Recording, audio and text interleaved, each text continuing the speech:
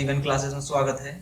मैं अंकित कुमार आपके लिए 9th केमिस्ट्री चैप्टर 1 हमारे आसपास के पदार्थ शुरू करने जा रहा हूं और आपसे उम्मीद करता हूं कि आप इसका ज़्यादा से ज़्यादा पढ़कर भरपूर लाभ उठाएंगे। देखिए, हम इसका थोड़ा सा आपका स्टैंडर्ड थोड़ा लो रहता है, तो हम इसका अध्ययन मतलब बहुत धीमी गति से करेंगे और ज़्यादा से ज़्यादा आप इसको मतलब धीरे स्पीड में पाएंगे। तो अब शुरू करते हैं हम। देखिए, चैप्टर का नाम है हमारे आसपास के पदार्थ। सबसे पहले आप विचार कीजिए हमारे आसपास के पदार्थों पर। अपने आप चारों तरफ देखते हैं तो आपने अपने आसपास क्या क्या देखा है। सभी यदि अपने आसपास देखते हैं तो कुछ कॉमन सी चीज पाएंगे, जैसे कि पेड़ हैं, मकान हैं और आपके लकड़ी की बनी वस्तुएं हैं। ये सब चीज क्या होते हैं? हमारे आसपास के कॉमन पदार्थ हैं। जीव जंतु हैं, मिट्टी है, जल है, वायु है, ये सब क्या है? हमारे आसपास के पदार्थ हैं। अच्छा, हम इनको जानते तो हैं कि हमारे आसपास के पाए जाने वाले पदार्थ हैं, लेकिन असल में हम ये जानते नहीं है कि पदार्थ वास्तव में होता क्या है।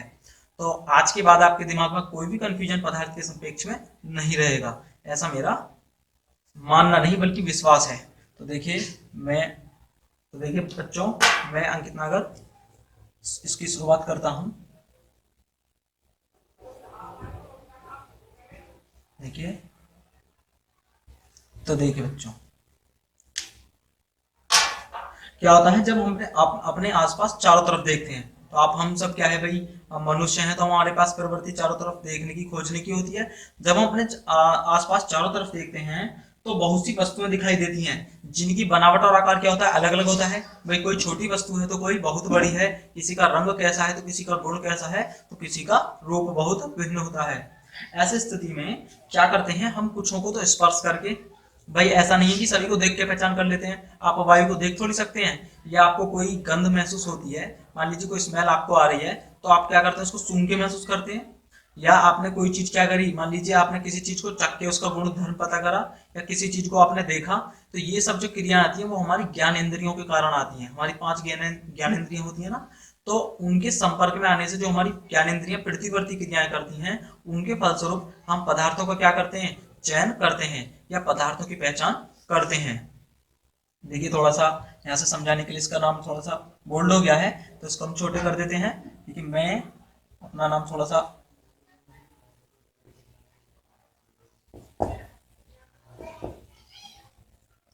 तो देखिए प्यारे बच्चों, क्या होता है, आपने उदाहरण के लिए पेड़ देखा होगा, इमारत देखी होंगी, बस, कुर्सी, पशु आदि बहुत सारी चीजें देखी होंगी। इसके अलावा मिट्टी, रेत आदि भी आपकी कॉमन देखने वाली वस्तुओं में होता है, जो कि आप सामान्य तौर पर देखते हैं। देखिए, इन पे देखने का मतलब नहीं इनसे पहले आप देख रहे थे, भाई इनसे पहले भी आप देख रहे थे, लेकिन देखने के बाद आपको इनके रंग कैसा है, रूप कैसा है, बनावट कैसी है, आकार कैसा है, इन पे विचार कीजिए। क्योंकि अब आप विज्ञान पढ़ने जा रहे हैं, तो एक बार पहले मैं विज्ञान की परिभाषा स्पष्ट कर देता हूं। क्योंकि जब आप विज्ञान के इस क्षेत्र में प्रवेश कर रहे हैं तो आपके लिए 3 इनकी मूलभूत शाखाएं, फिजिक्स विज्ञान की 3 शाखाएं आपको मिलनी शुरू हो जाएंगी, 10th तक रहेंगी। 10th के बाद आपको यहाँ पर 2 हो जाएंगी, 2 हो जाती हैं, या फिर आप मैथ नहीं लेते हैं तो तीनों रहेंगी आपके पास। तो देखिए, यहाँ तो सबसे पहले भौतिक विज्ञान होती है, फिर रसायन विज्ञान होती है, और फिर जीव विज्ञान होती है। तो क्या होता है, सबसे पहले विज्ञान की आप शाखा तो यहाँ पे पहचान गए कि 3 आपको मिलेंगी। तो विज्ञान क्या होता है? विज्ञान होता है वी प्लस ज्ञान, अर्थात विशेष ज्ञान। किसी वस्तु का विशेष प्रकार का ज्ञान ही क्या कहलाता है? विज्ञान कहलाता है। अर्थात किसी वस्तु के मतलब जो किसी विषय पर आपका जो विशेष ज्ञान होगा, जो विशेष प्रकार का क्रमबद्धित, सुसंगठित और सुव्यवस्थित ज्ञान ही क्या कहलाता है? विज्ञान कहलाता है। तो देखिए, ऐसी स्थिति में क्या होता है पदार्थ का? सबसे पहले विज्ञान क्या होता है? वी प्लस ज्ञान, तो यानी किसी विषय पर विशेष ज्ञान, यानी किसी विषय पर सुव्यवस्थित, वह सुव्यवस्थित होना चाहिए, सुसंगठित होना चाहिए, क्रमबद्धित होना चाहिए और सुसंगठित होना चाहिए। तो इस प्रकार के ज्ञान को हम क्या कहते हैं? विज्ञान कहते हैं। तो विज्ञान आप समझ होंगे। आप विज्ञान पढ़ रहे हैं और आपको विज्ञान की परिभाषा याद नहीं है, तो वह एक बहुत बड़ी कमी उजागर हो सकती है। तो विज्ञान की परिभाषा हमेशा याद रखिए। तो देखिए प्यारे बच्चों, शुरू करते हैं। अब हम पदार्थ, हम पहले पदार्थ की नॉलेज करेंगे, क्योंकि वास्तव में देखा जाए तो पदार्थ का अध्ययन करना ही हमारा क्या कहलाती है? रसायन विज्ञान कहलाती है। तो आपका जो चैप्टर नंबर 1 है हमारे आसपास के पदार्थ, वो क्या है? रसायन विज्ञान। क्या है? रसायन विज्ञान के अंतर्गत। तो वास्तव में रसायन विज्ञान है क्या? रसायन विज्ञान है जो पदार्थ, तो हम यहाँ पे पदार्थों का अध्ययन कर रहे हैं, तो पदार्थ की बनावट व संगठन का अध्ययन करना ही क्या कहलाता है, रसायन विज्ञान कहलाता है। तो सबसे पहले हमारी जो बात आकर रुकती है वो पदार्थ पर रुकती है। तो ऐसी स्थिति में हम पहले पदार्थ को ध्यान से समझेंगे, फिर उसके पश्चात अन्य तत्वों का अध्ययन करेंगे। तो देखिए एक एक पॉइंट को हम यहाँ पे क्लियर करेंगे। देखिए क्या होता है, अपने आसपास आपने अभी मैंने बताया था कि बहुत सारी तरह की वस्तुएं देखते हैं जिनके गुण धर्म रंग रूप बनावट क्या होती है, एकदम भिन्न होती है। मान लीजिए कोई वस्तु कैसी है तो कोई वस्तु बिल्कुल अलग है। तो ऐसी स्थितियों में हम क्या कहते हैं, इन सभी सामग्रियों को, जो इन सभी वस्तुओं को हम देखते हैं, इनको अपनी दैनिक भाषा में क्या कहते हैं, पदार्थ। या दूसरे रूप में यदि हम इनको थोड़ा सा हटके कहते हैं तो हम कहते हैं द्रव्य, या इंग्लिश में कहते हैं मैटर। क्या कहते हैं, मैटर। तो मैटर क्या होता है वास्तव में, तो हमने क्या करते हैं, हमने यदि इनके अध्ययन के लिए हमें, यदि इसका अध्ययन हमें विस्तृत तौर पर करना है तो आपको विचार करना पड़ेगा रेत के कण, इसके उस पर रेत के कण। आप सभी ने रेत के कण देखे होंगे क्योंकि ये कॉमन सी वस्तु है हमारे दैनिक जीवन में पाई जाने वाली रेत के कण। देखिए आपने क्या देखा होगा, रेत का जो कण होता है उसमें अपना द्रव्यमान होता है और अपना आयतन होता है। अर्थात जो रेत के कण है, आप जैसे जैसे उनको बढ़ाओगे तो क्या बढ़ेगा, द्रव्य की मात्रा बढ़ेगी। द्रव्यमान होता है द्रव्य की मात्रा अर्थात पदार्थ की मात्रा, और आयतन होता है स्थान घेरने की क्षमता। तो जो रेत के कण होते हैं उसमें क्या होता है, जैसे आप उनको बढ़ाओगे तो द्रव्यमान बढ़ता है, और जैसे आप उनको ज्यादा करते हो तो क्या बढ़ता है, आयतन भी बढ़ता है। अर्थात तो वायु के लिए भी ये सत्य है। अब हमसे कोई कहने लगे कि क्या वायु भी पदार्थ है, हाँ बिल्कुल सत्य है। क्यों, क्योंकि पदार्थ के अभी हम दो गुण पढ़ेंगे। अभी हमने दो गुण पढ़े, एक तो पदार्थ में क्या होता है, द्रव्यमान होता है। पदार्थ में क्या होता है बच्चों, द्रव्यमान होता है। इसके साथ साथ एक मेन फैक्ट उसमें आयतन पाया जाता है। अर्थात आयतन का मतलब है वो हमेशा स्थान घेरता है। तो देखिए हम सिद्ध करेंगे कि जो वायु होती है आपकी, वायु का मतलब जो हवा आपके चारों तरफ बह रही है, क्या वो भी पदार्थ है। हाँ, हम एक प्रयोग द्वारा इसको सत्यापित करते हैं, क्योंकि जो हमारी विज्ञान होती है वह प्रयोगों पर आधारित एक विषय होता है। आप प्रयोगों के द्वारा इसको क्या करते हैं, स्पष्ट करते हैं और इसको परीक्षित करते हैं। तो देखिए क्या होता है, आप क्या करेंगे, वायु को एक गुब्बारे में भरते हैं, और गुब्बारे में भरने के पश्चात सबसे पहले आप खाली को गुब्बारा लेते हैं, जिससे आपने देखा होगा दैनिक जीवन में, पहले आप उसको तोल के देखते हैं। जब आप खाली गुब्बारा लेंगे तो उसका जो द्रव्यमान होगा या उसमें जो स्थान होगा वह बिल्कुल अलग होगा, या उसका द्रव्यमान बहुत ही कम होगा। उसमें भी जरूर द्रव्यमान होगा क्योंकि वह भी पदार्थ है। लेकिन आप क्या करते हैं, जैसे उसमें मुख से हवा भरते हैं, आपने क्या करा, जैसे गुब्बारे को खुला दिया और आपने मुख से हवा भर दिया इसमें, तो गुब्बारा क्या करता है, फूल जाता है। तो फूलने से क्या हुआ, जब आप उसका वजन दोबारा से तोलेंगे या उसका मापन करेंगे तो उसमें वजन हो गया। वजन का मतलब उसमें द्रव्यमान आ गया। तो एक तो बात सिद्ध हो गई। और दूसरी बात क्या थी, उसमें पहले इसमें क्या था, पहले उसका स्थान कम था, उसमें स्थान क्या था, आयतन बिल्कुल कम था। अब जैसे ही आपने उसमें क्या कर दी, वायु भर दी, तो उसने अपने स्थान में क्या कर लिया, परिवर्तन कर लिया, या उसने अपने आयतन को बहुत तौर पे बढ़ा लिया। तो ऐसी स्थिति में वायु क्या करती है, वायु के आने से वहां पे द्रव्य भी बढ़ गया और आयतन भी निकल के आ गया। तो इससे सिद्ध होता है कि वायु भी होती है, जो हमारी वायु हवा होता है वह भी क्या होती है, हमारी पदार्थ होती है। क्योंकि पदार्थ के लिए दो कंडीशन हमेशा, उसमें द्रव्यमान होता है और उसमें आयतन भी पाया जाता है। तो देखिए इसी आधार पे पुरानी बात करें तो जो हमारे भारतीय वैज्ञानिकों, भारतीय जो दर्शन शास्त्री रहे हैं, उन्होंने प्राचीन से ही विज्ञान का अध्ययन हमारे प्राचीन वैज्ञानिकों ने बहुत ज्यादा किया है, या हम उस क्षेत्र में शुरू से ही अग्रणी रहे हैं। तो ऐसे स्थिति में हमारे जो प्राचीन वैज्ञानिक थे उन्होंने पदार्थ की 5 मूल अवस्थाओं को माना है, जिसमें जिन्हें हम पंच तत्व कहते हैं। आपने देखा होगा कि हर कोई चीज किससे मिलकर बनी है, पंच तत्वों से बनी है। तो वास्तव में ये पंच तत्व किसके अंतर्गत आते हैं, पदार्थ के अंतर्गत आते हैं। देखिए ये पंच तत्व होते हैं पृथ्वी, वायु, अग्नि, जल और आकाश। तो ये जो पंच तत्व हैं ये क्या कहलाते हैं, हमारे पदार्थ कहलाते हैं। क्या कहलाते हैं बच्चों, पदार्थ कहलाते हैं। लेकिन सामान्य तौर पर यह कोई विशेष तौर पर परिभाषा फॉलो नहीं करती है। तो ऐसी स्थिति में ये पंचतत्व क्या होते हैं, चाहे निर्जीव हो या सजीव हो, सभी किससे मिलकर बने हुए, हमारे दैनिक जीवन या आसपास का क्षेत्र जो किससे मिलकर बने हैं, वो सब पदार्थों से मिलकर बने हैं। और सामान्य तौर पर यदि उनकी प्राचीन अवधारणा देखें तो सभी पंच तत्वों से मिलकर बने होते हैं। आधुनिक काल पे देखें तो हमारी जो इसकी स्पष्ट परिभाषा आधुनिक वैज्ञानिकों ने दी है उसके अकॉर्डिंग देखें तो वही मैं आपको बता चुका हूं। सिर्फ 2 चीजें आपको याद रखनी है कि पदार्थ में एक तो द्रव्यमान पाया जाता है। क्या पाया जाता है, एक तो द्रव्यमान, द्रव्य की मात्रा, और दूसरा उसमें आयतन होता है। क्या होता है दूसरा, उसमें आयतन। अर्थात वह स्थान घेरता है। क्या होता है? जो पदार्थ होता है वह स्थान घेरता है। तो जो भी कोई वस्तु या जो भी कोई साधन विषय है, इन दोनों चीजों को फॉलो करेगा, अर्थात इन दोनों चीजों के अकॉर्डिंग ठीक बैठेगा, जिसमें द्रव्यमान होगा और आयतन होगा, वह वस्तु क्या कहलाएगी? पदार्थ कहलाएगी। और यदि मैं आपको स्पष्ट तौर पे अपनी बेसिक नॉलेज के अकॉर्डिंग बताऊं, तो आप अपने दैनिक जीवन में जो भी सोचते हैं, जिसके बारे में भी देख सकते हैं या जो भी महसूस कर सकते हैं, जहां तक देख सकते हैं, सोच सकते हैं, पूरे ब्रह्मांड को चारों तरफ से देखिए। जो भी कुछ आपको देखने के लिए मिल रहा है, जो भी आप महसूस कर रहे हैं, सब कुछ वास्तव में वो पदार्थ के अंतर्गत ही आता है। पदार्थ से कुछ भी समूचा बचा नहीं रह जाता। तो ध्यान रखिए, हमारे आसपास जो भी कुछ है वो सब किससे मिलकर बना हुआ? पदार्थ से। तो समझ गए होंगे नॉर्मल तौर पे परिभाषा। और विज्ञान के तौर पर भी आधुनिक भाषा में हम आपको एक बार पुनः बताते हैं, वह वस्तु या वह कोई भी तत्व जिसमें क्या होता है? द्रव्यमान होता है, और जिसमें आयतन होता है। देखिए, आपने स्पष्ट है कि जैसे आपने वायु देखा होगा, जल देखी होगी, भाई वायु महसूस करी होगी, जल देखा होगा आपने, पानी, हाइड्रोजन देखी होगी, ये सब क्या है? इन सब में ये सभी गुण विद्यमान है। अर्थात इन सभी में क्या होता है? इनमें द्रव्यमान भी होता है, और ये क्या करते हैं? आपके द्रव्यमान के साथ साथ आयतन भी होता है, अर्थात ये स्थान भी घेरते हैं। तो ऐसी स्थिति में ये सब चीजें जो है वो क्या कहलाती है? हमारी पदार्थ कहलाती हैं। तो पदार्थ एक विशेष तौर पर परिभाषा बन के आती है, जिसका अध्ययन हम करते हैं।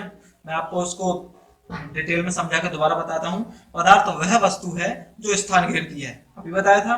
इसके साथ साथ जो द्रव्यमान रखती है। तो दोनों चीजें क्लियर है। आप इसको भी कह सकते हैं, या इसके अलावा एक फालतू, यदि आप इसको विशेष तौर पे ऐड करना चाहते हैं, इसमें कुछ जोड़ना चाहते हैं, तो यह भी कह सकते हैं, जिसे हम अपनी पांचों ज्ञान इंद्रियों में से किसी एक या एक से अधिक के द्वारा अनुभव कर सकते हैं। अर्थात क्या है कि मतलब आपके पास जो विशेष प्रकार की हमारी जो ज्ञान इंद्रियां होती हैं पांचों, उनके द्वारा किसी न किसी से महसूस करोगे, या उसको किसी न किसी के द्वारा उपभोग करोगे, उस पदार्थ का उसको महसूस करोगे, और जिसमें द्रव्यमान होता है और जिसमें आयतन पाया जाता है। इस प्रकार की वस्तु को हम क्या कहते हैं? पदार्थ कहते हैं। तो एक कंडीशन जिसमें क्या होता है बच्चों? द्रव्यमान पाया जाता है। द्रव्यमान होता है द्रव्य की मात्रा, पदार्थ की मात्रा, और एक होता है आयतन, अर्थात जिसमें क्या? जो स्थान घेरता है।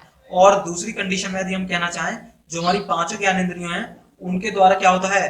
पांचों ज्ञानेंद्रियों के द्वारा हम उनको किसी न किसी भी ज्ञानेंद्रिय से महसूस करते हैं। आंख, नाक, कान, त्वचा और जीव, ये क्या होती है? हमारी पांचों ज्ञानेंद्रिय होती हैं। इनके द्वारा ही इनको क्या करते हैं? महसूस करते हैं। तो देखिए, नेक्स्ट हेडिंग ऑफ पदार्थ के बारे में आप डिटेल में पढ़ चुके होंगे। तो पदार्थ का भौतिक रूप, नेक्स्ट पॉइंट क्या है आपका? पदार्थ का भौतिक रूप। भौतिक, जिसे देखने से हम पहचान कर सकें। केमिकल, जिसका टेस्टिंग से पता चले, जिसको यूज करने के बाद ही उसके गुणधर्मों की व्याख्या कर सकें। देखिए, वैज्ञानिकों ने अध्ययन किया और बताया कि हमारे चारों तरफ विद्यमान विभिन्न प्रकार के पदार्थ कुछ मौलिक कणों से मिलकर बने हुए हैं। अर्थात जब वैज्ञानिकों ने उसकी विशेष तौर पे उसके संगठन व संरचना का अध्ययन किया, तो उन्होंने बताया कि यदि आप उनकी भौतिक स्थिति का अध्ययन करना चाहते हैं, तो आपको देखना होगा कि जो पदार्थ की जो स्ट्रक्चर है वो छोटे छोटे मौलिक कणों से मिलकर बनी होती है। लेकिन इनकी प्रकृति क्या है? ये किस प्रकार व्यवहार करते हैं, किस प्रकार पास पास गति होती है, किस प्रकार किससे प्रभावित होते हैं। तो इन सभी का वर्णन करने के लिए हम ये जो पदार्थ के जो कण होते हैं, क्या होता है? हम यहाँ से क्या पता चला कि पदार्थ किससे मिलकर बना हुआ? पदार्थ कुछ मौलिक कणों से मिलकर बना हुआ है। मौलिक मतलब जो उसके अंतर्गत सम्मिलित होते हैं। किससे मिलकर बना हुआ है? मौलिक कणों से। तो देखिए, इन मौलिक कणों के गुणधर्मों का अध्ययन करेंगे हम। क्या किस तरीके से व्यवहार करते हैं मौलिक कण।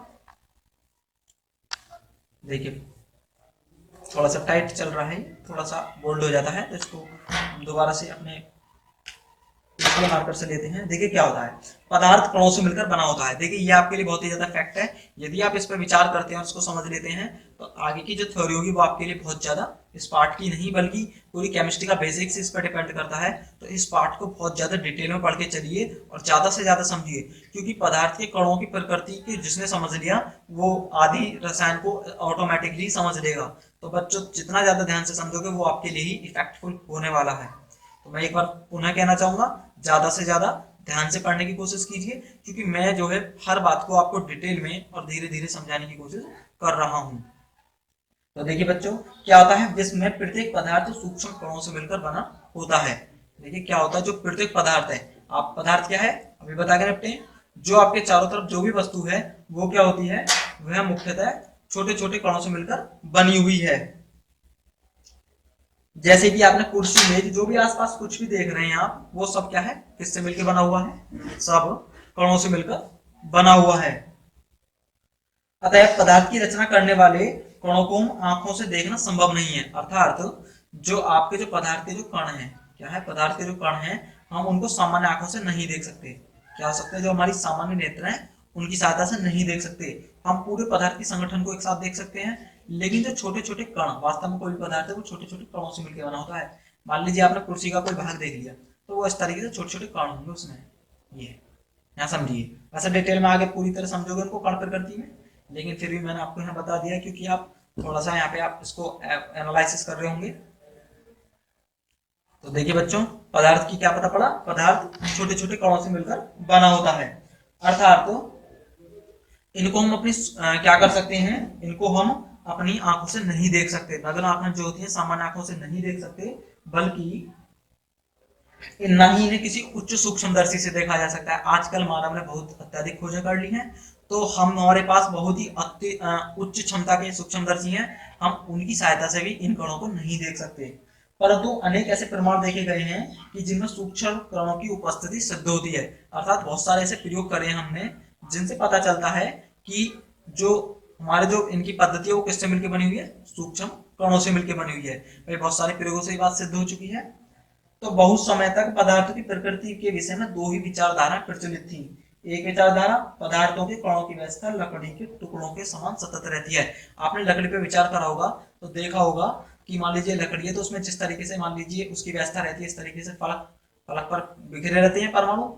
तो इस प्रकार से जैसे जैसे लकड़ी पर टोटल रूप से परमाणु क्या रहते हैं, व्यवस्थित रहते हैं, इस तरीके से मान लीजिए छोटे छोटे कण है लकड़ी के। तो इस प्रकार से एक विचारधारा ये कह रही थी कि जैसे लकड़ी की पूरी पृष्ठ पर जैसे छोटे छोटे कण वितरित रहते हैं, तो उसी तरीके से पदार्थ में कण वितरित रहते हैं। लेकिन दूसरी विचारधारा कह रही थी कि जो पदार्थ में जो कण होते हैं वो रेत के समान होते हैं। मान लीजिए कोई पदार्थ है, उसमें जो कण होते हैं, जो रेत के कण आपने देखा होंगे वो बालू की तरह बिखरे होते हैं। तो छोटे छोटे कण जो है वो रेत के क्या होते हैं, जैसे रेत के कण होते हैं, ऐसी पदार्थ में वो बिखरे हुए थे। एक विचारधारा कह रही थी कि जैसे पदार्थ में जिस तरीके से लकड़ी में उसके कण विद्यमान है, ऐसे ही पदार्थ के कण सतत रूप से बिखरे हुए होते हैं। लेकिन दूसरी विचारधारा कह रही है कि जिस प्रकार से आपने रेत के कण देखे होंगे बिखरे हुए या सूक्ष्म रूप से अस्थिर अवस्था में, ऐसे ही फैले हुए रहते हैं। तो इन दोनों की विचार रूप से हम देखें तो वास्तव में पता चलता है कि पदार्थ सतत हैं और कणों का क्या माध्यम रहता है। जिसका अध्ययन करने के लिए हम एक आवश्यक प्रयोग करते हैं, जिनसे पदार्थ की कणों की संरचना के बारे में एक विशेष नॉलेज का अध्ययन पता चलता है। तो देखिए इस प्रयोग को मैं डिटेल आपको वर्णित करूंगा और उसकी सहायता से आप और ज्यादा समझेंगे पदार्थों की कणों की प्रकृति किस तरीके से व्यवहार करती है। तो देखिए बच्चों, आप क्या करते हैं, आप एक 100 मिली का बीकर लेते हैं। आपने क्या करा, एक 100 मिली का बीकर लिया। इस बीकर को जल से आधा भरकर क्या करते हैं, जल पर टिक लगा देते हैं। आपने यहाँ पर जल भर लिया इस तरीके से और क्या कर लिया, आप जल पर टिक लगा देते हैं। नमक या चीनी को कांच की छड़ से घोलते हैं। इसमें आप नमक घेरते हैं और क्या करते हैं, या चीनी घोलते हैं आधे भरे बीकर में और उसको कांच की छड़ होती है उससे घोलते हैं। तो घोल का निरीक्षण करते हैं तो जल के स्तर को नोट करते हैं। आप क्या करेंगे, जैसे इसमें घोल के निपटे हैं तो जल के स्तर को नोट करेंगे। नमक या चीनी पूर्णतः घुल जाती है या जल स्तर में कोई परिवर्तन नहीं होता। घुलने पर भी जल और चीनी का स्तर पुनः बना हुआ रहता है। तो देखिए इस बात से क्या पता चलता है, आपको ध्यान रखनी है बात। उपयुक्त क्रियाकलाप में नमक या चीनी जल में पूर्ण रूप से घुल जाती है। इस बात से यह पता चलता है, इसके घुलने से यह पता चलता है कि पदार्थ रेत के समान कणों से मिलकर बने होते हैं। तो इस बात से स्पष्ट होते हैं कि अभी हमने दो विचारधारा पढ़ी थी। वास्तव में जो पदार्थ के जो कण होते हैं वो रेत के कण की भांति क्या करते हैं, फैले हुए रहते हैं। क्योंकि वे रेत में कण क्या रहते हैं, चारों तरफ बिखरे हुए फैले हुए रहते हैं। आपने देखा होगा, आपने सामान्य तौर पर रेत देखा होगा ना, जिससे घर वगैरह बनता है या जो आपकी नदियों में पाया जाता है। तो इस तरीके से वास्तव में जो पदार्थ में कणों की संख्या रहती है, फैली हुई रहती है। तो यह परीक्षण प्राप्त होता है कि बीकर में जल स्तर में नमक या चीनी मिलाने पर कोई परिवर्तन नहीं होता। इससे क्या पता चलता है, जैसे आपने चीनी या नमक मिला दिया तो उससे कोई फर्क नहीं पड़ा। क्यों नहीं पड़ा, इससे निष्कर्ष निकलता है कि नमक या चीनी के कण जल के कणों के बीच रिक्त स्थानों में समावेशित हो जाते हैं। की डिटेल ध्यान देनी है आपको। जैसे आपने नमक के देखा होगा, भाई नमक में क्या रहती है, नमक के बीच गैप रहता है ना, आप उसमें हाथ करेंगे तो चला जाएगा गैप के कारण ही, जबकि लकड़ी में गैप नहीं रहता है। तो इससे क्या पता पड़ता है कि जो वास्तव में पदार्थ के कणों की संरचना है वो रेत के कणों जैसी है, ना कि लकड़ी की सतत संरचना जैसी। तो इससे इस प्रयोग से हम स्पष्ट निकालते हैं कि पदार्थ असंख्य सूक्ष्म कणों से मिलकर बना होता है। पदार्थ में क्या है, असंख्य यानी कि अनंत सूक्ष्म कण होते हैं, और जो कि पदार्थ में रेत के कणों के समान व्यवस्थित रहते हैं। कैसे रहते हैं पदार्थ में, जैसे जिस प्रकार से रेत के कण व्यवस्थित रहते हैं, ऐसे ही पदार्थ के कण उसमें व्यवस्थित रहते हैं। मान लीजिए आपने एक मुट्ठी रेत लिया, उसमें जिस तरीके से कण व्यवस्थित रहते हैं, उसी तरीके से आपके पदार्थ में परमाणु जो कण है वो विद्यमान रहते हैं। अतः इन कणों के मध्य रिक्त स्थान उपस्थित अवश्य होता है। आपने देखा होगा कि रेत के कण जो है वो क्या है, मध्य बीच में गैप रहता है। ऐसे ही हमारे प्रत्येक पदार्थ का जो कण होता है उसके बीच एक मध्य अवकाश जरूर रहता है। तो ये पदार्थ की कणों की स्थिति हमें स्पष्ट हो चुकी है। इससे क्या पता पड़ता है बच्चों कि जो पदार्थ के जो कण होते हैं वो रेत की कण की भांति होते हैं, अर्थात पदार्थ जो छोटे छोटे कणों से मिलकर बना हुआ है वो वास्तव में रेत के कणों की तरह, मतलब जिस प्रकार रेत में कण होते हैं उसके फैले रहते हैं, ऐसे ही पदार्थ में क्या रहता है, ऐसे ही पदार्थ में हमारे कण फैले हुए हैं। यदि पदार्थ के छोटे छोटे जो अवयव उनको कण कहते हैं, तो वो भी ऐसे ही फैले हुए हैं। तो समझ में आ गई, यहाँ से सिर्फ इतना समझ में आया कि पदार्थ के जो कण रहते हैं सूक्ष्म कण, वो रेत की भांति होते हैं, अर्थात रेत के कण की भांति होते हैं। जैसे रेत के कण होते हैं ऐसे ही हमारे पदार्थ के कण होते हैं। तो देखिए इस प्रयोग से बहुत सारी चीजें स्पष्ट हुई होंगी, आपको पदार्थ की कण प्रकृति समझ में आई होगी, और उसमें किस तरीके से गैप रहता है और किस तरीके से व्यवहार करते हैं ये भी आपके पास समझ में आ चुकी होगी। देखिए पदार्थ के कण कितने छोटे होते हैं, ये इनके बारे में मैं सीधा निष्कर्ष देता हूँ। आप प्रयोग आप आसानी से अपनी किताब में पढ़ सकते हैं, बहुत सिंपल प्रयोग है, उसको समझेंगे तो उसका सीधा निष्कर्ष मैं आपको बता देता हूँ, क्योंकि एक प्रयोग के समझने से आपके पदार्थ की कण प्रकृति समझ में आ चुकी होगी। तो उनके आकार की बात करें, अर्थात कैसा आकार रहता है, तो आकार को सीधा निष्कर्ष ले लेते हैं और उससे बताते हैं। देखिए ये जो होते हैं पदार्थ के कण, पदार्थ क्या है, अत्यंत सूक्ष्म कणों से मिलकर बना हुआ है। असंख्य मतलब कोई पदार्थ होगा उसमें आप गिनती नहीं कर सकते, असंख्य का मतलब जिनकी संख्या ना गिनी जा सके। इन सूक्ष्म कणों का आकार अकल्पनीय होता है, अर्थात अकल्पनीय का मतलब आप इसकी कल्पना नहीं कर सकते। इतने ज्यादा सूक्ष्म कि आप अपनी माइंड कैपेसिटी से इसको सोच ही नहीं सकते ये कितने छोटे होते होंगे। इन्हें उच्च क्षमता के सूक्ष्म दर्शी से देख पाना भी संभव नहीं होता। सिर्फ क्या कर सकते हैं, कुछ प्रयोगों के द्वारा इनकी उपस्थिति का ज्ञान हम कर सकते हैं। तो क्या समझ में आपको ये पता चली कि पदार्थ के जो आकार होता है, पदार्थ के कणों का आकार इतना सूक्ष्म होता है कि उन्हें हम अपनी सामान्य आंखों से नहीं देख सकते और उनकी कल्पना हम कभी भी नहीं कर सकते, और तो और उन्हें कितने भी उच्च प्रकार के सूक्ष्मदर्शी से देखना संभव नहीं होता। तो प्यारे बच्चों, आप पदार्थ की कणों की प्रकृति के बारे में समझ चुके होंगे।